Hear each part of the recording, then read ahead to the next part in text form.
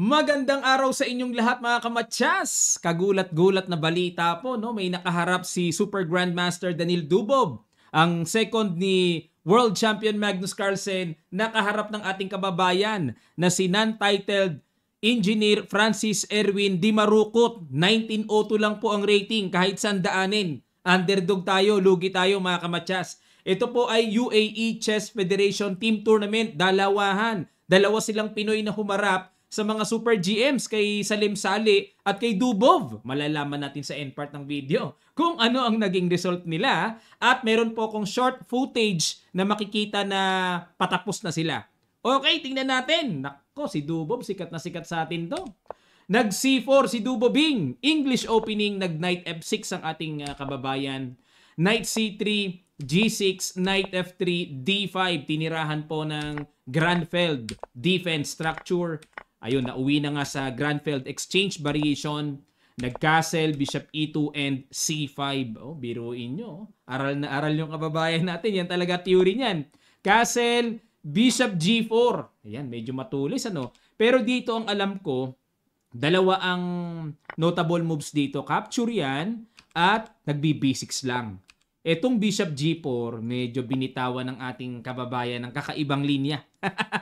Baka nalito-lito si Dubob. Ano to? Tirang noipi to ah. Nag-Bishop E3, dinepensahan. Additional support sa D4 at kumapture sa D4, capture. Knight C6. Ayan, lakas ng pressure sa D4. At nag-D5. Ayan na. Nagpakilala na si Dubob. Pinapakain ang kaniyang tore sa A1. Pero kinapture ang knight, capture, bookline pa rin, ano? Knight to A5, ayun. At nag-rook C1. Yan naman ang novelty, ang tirang rook C1. Dahil ang huling naitala noong 1996, ang tinira rook B1. Panalo puti. Okay, rook B1. Tagal na, 1996 pa. Pero alamin muna natin, baka mapatanong kayo mga kamatyas, Coach, ba't hindi kinapture yung tore sa A1? Ito kasi ang laman, kakapturein pala yun. At nakabitin o halimbawa atras lang. O halimbawa Bishop G7 pagpalagay natin, diretso ng capture doon. Mag-rook B8, makikipag queen to queen, capture, and Bishop A6. Ayun, para madepensahan at yun ang masakit. May Bishop takes A7 na i-slide doon. Paano pipigilan yan? Eh kung rook D6, kakapturein na nga eh. Nako, dihado dito, Black, pag nagkataong nawala yan. Tutulong pa yung another pass pawn, di ba? O balik tayo. Kaya, wais yung naging decision ng kababayan natin. Nag-Knight A5 at nag-Rook C1, novelty, B6. Ayan, para manatiling safe yung Knight. Nag-Bishop F4. Nako, naghahanap talaga ng mga butas-butas si Dubob. Nag-E5. Okay, inatake, inenpasan capture. Capture. At nag-Bishop E3, nag-Queen E7. Oh, tapang ng kababayan natin, ano? Sa iba-iba yan, parang ang sarap makipag-queen to queen para mabawasan ang galamay ng pang-atake, di ba? Oh, yung kababayan pa natin ang umiiwas eh. Nag-King H1. Ayan, para baka mamaya magkaroon ng delikado yung king sa G file eh. Bishop E5. Naku, napakaganda. Nagbabadya. Queen H4, mamatyasin si Dubob. Rook G1, nag-Rook AD8, Queen F1, Bishop F4. Ayan na. Teka muna, alamin muna natin. Kasi kung mag-Queen H4, baliwala eh, no? Baka depensahan lang ng simple eh. O, nag-Bishop F4, Rook C2, iwas, at nag-Queen A3. Yan na ang kalikot ng Pinoy na binibili. Diyan magaling ang Pinoy sa mga kalikalikot eh. Queen H3, ayun, inatake ang pawn E6. Ayun, bumalik lang. Depensa. Nag-Rook C1, battery para may mga sundot mamaya pagka nawala na yung control dyan. At kumapture-capture na nag-Knight B7. Oh, ang sarap i-double ah. Pero may Rook D7 naman. Ayun na nga. Capture-capture, Rook D1, Queen E7, Bishop C4, Knight C5. Yun nga lang, kapansin-pansin dito mga kamatyas na i-exchange ang na-exchange yung mga pyesa, no? Parang sa boxing to eh. Si Dubob parang si Tyson to eh. Habang tumatagal ang round, pahina ng pahina, yayakapin mo lang. Huwag ka makikipagsabayan ng round 1 pa lang, ibubuhos mo na, mananakaut ka kagad kay Tyson. Parang ganyan si Dubob eh. Kailangan, pitas-pitasin mo muna yung mga galamay eh. Nag-E5 at nag-Rook F5 threat, F4, and nag-A6. Ayan na. Kinunatan. Nag-Queen F3, hanap mga butas-butas. Nag-B5, Bishop F1, Rook H5. Time control nga pala po nito ay 10 minutes plus 3 seconds increment. Nakalimutan ko sabihin kanina. Nag-Bishop E2, King G7, Queen G2, nag-Rook H4, Rook D6. Aba, lumamang na sa evaluation bar si Dubobing. At nag-Queen F7, at nag-Rook C6, Knight A4, Queen G5, Rook H3, tineret ang pawn sa E3, Bishop G4. Ay, nako. Ito na. Lumabas na ang lakas ni Dubob. Rook takes E3, Bishop takes E6. Parang ang sarap mag F5 eh. No? Yun nga lang, may check sa ilalim eh. May tempo eh. O sarap sana mag F5 para may atake sa tore. Yun nga lang, yung pawn E6 na lang ang kinapture. Queen B7, pin. Ala, lagot ka. Queen F6 check, King H6, and check ulit, Bishop D5. Ayan. Para ma-stop ang pin. And with the threat of Rook takes G6, maku-queenless. Nag-Queen D7, tineret. Galing nga, napahanga ako dito kay sa kababayan natin. Sumasabay ng kalikot eh. Nag-E6, ayon. Para may depensa ang bishop, may atake pa. Parang okay naman, ano? Parang nag-gain ng tempo naman. Pero, bad move po. Dapat daw ang tira, Queen F6 check, King H6, Queen H4 check, King G7, tapos Rook D6. Ayan. Tapos magku-Queen H3, etc. etc. Pero lamang ang poteo, decisive advantage na. Winning na mga kamatsas. Winning na. Wala po tayong clock na makuha kasi hiningi ko lang po ito sa kanyang brother na si Francis Eric Di Marukot. Ayan. Shout out bro. Thank you at shout out sa Di Marukot family. Ayan. Nag-Queen A7. Check doon. Pag-angat, nako, may queenless. Tangay ang queen. Nag-Rook C1. Ininda. Ininda mga kamatsas. O, kasi may mga sundot eh. Lakas mga likot ang Pinoy. Iniinda talaga oh. Pero, eto raw ang tamang tira. Queen G1. Oo nga no. Nakapin kasi. O, syempre, ang nakakailang dito, baka mamaya pasukin niya naman dyan. O, di ba? Nakakailang yan. Queen D4.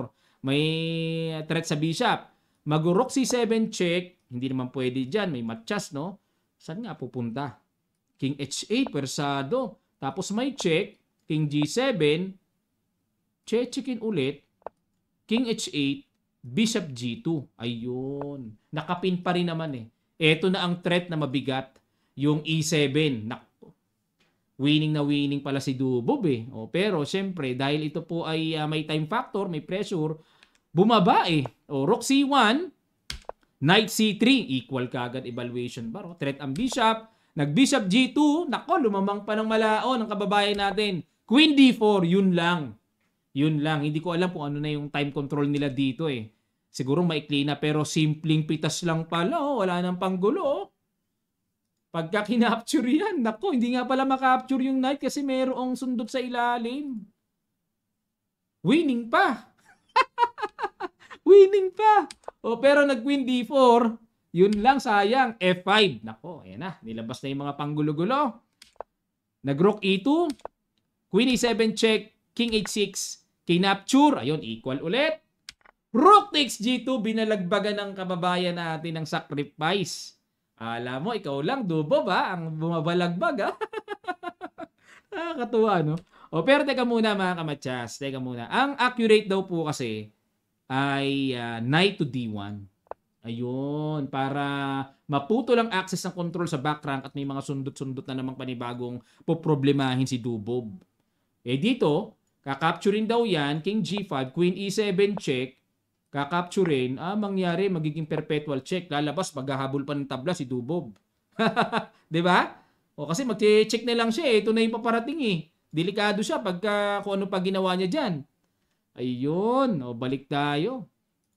Pero bumalagbag ang ating kababayan. Capture, Queen F8 check. Dapat daw Queen takes H7 naman dito. Tingnan lang natin sandali sabay G7.